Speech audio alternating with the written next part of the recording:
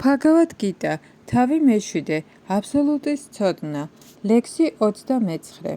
გონიერი პიროვნებები, რომლებიც იღწვიან სიბერისა და სიკვდილისაგან განთავისუფლებისთვის, თავშესაფარს პოულობენ ჩემში, ერთგულ სამსახურში. ისინი ჭეშმარიტად ბრაჰმანი არიან, ვინაიდან ბოლომდე იციან ყველაფერი ტრანსცენდენტული საქმიანობების შესახებ. განმარტება. დაბადება, სიკვდილი, სიბერე და ავადმყოფობები გავლენას ახდენს მატერიალურ სხეულზე, მაგრამ არა სულიერ სხეულზე. სულიერი სხეულისთვის არ არსებობს დაბადება, სიკვდილი, სიბერე და ავადმყოფობა.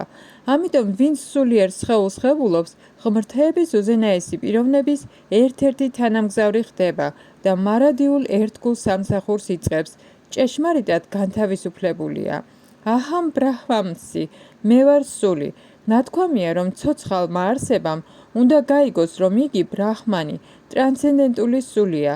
სიცოცხლეზე ბრაჰმანის ეს კონცეფციაც ერთგულ სამსახურს მიეკუთვნება. როგორც ამ ლექსშია აღწერილი, წმინდა ერთგულები ტრანსცენდენტულად იმყოფებიან ბრაჰმანის დონეზე და იციან ყველაფერი ტრანსცენდენტულ საქმიანობათა შესახებ. 4 სახის შერეული ერთგულები, რომლებიც უფლის ტრანსცენდენტული სამსახურით არიან დაკავებული, აღწევენ თავიანთ შესაბამის მიზნებს და უზენაესი უფლის წყალობით, როცა სრულიად კრიშნას ცნობიერი ხდებიან, ჭეშმარიტად ტკბებიან უზენაეს უფალთან სულიერი ურთიერთობით. მაგრამ ნახევარღმერთების თაყვანისმცემლები ვერასოდეს აღწევენ უზენაეს უფალს მის უმაღლეს პლანეტაზე. ნაკლებად გონიერ პიროვნებებსაც კი, რომელთაც ბრაჰმანი აქვთ შეცნობილი, არ შეუძლიათ კრიშნას უმაღლესი პლანეტის მიღწევა, რომელიც გოლოკა ვრინდავანის სახელით არის ცნობილი. მხოლოდ მათ, ვინც ასრულებენ საქმიანობებს კრიშნას ცნობიერებაში, შეიძლება სინამდვილეში ეწოდოთ ბრაჰმანი, ვინაიდან მართლა იღწვიან კრიშნას პლანეტის მისაღწევად.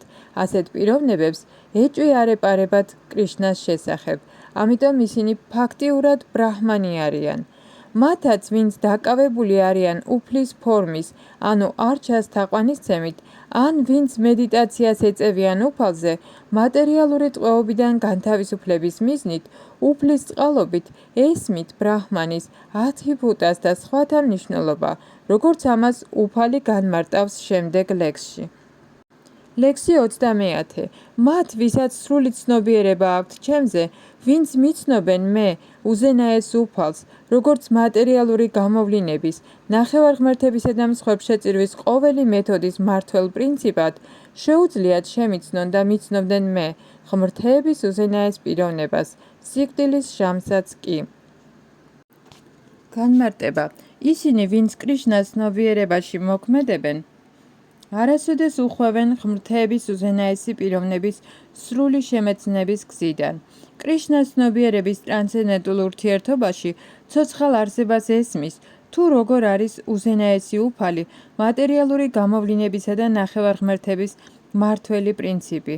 თანდათანობით, ასეთი ტრანსცენდენტული ურთიერთობის შედეგად, იგი რწმუნდება ღმრთების უზენაეს პიროვნებაში და სიკვდილის ჟამს ასეთ კრიშნას ცნობიერ პიროვნებას არ ავიწყდება კრიშნა, იგი გადაინაცვლებს უზენაესი უფლის პლანეტაზე, გოლოკა ვრინდავანზე.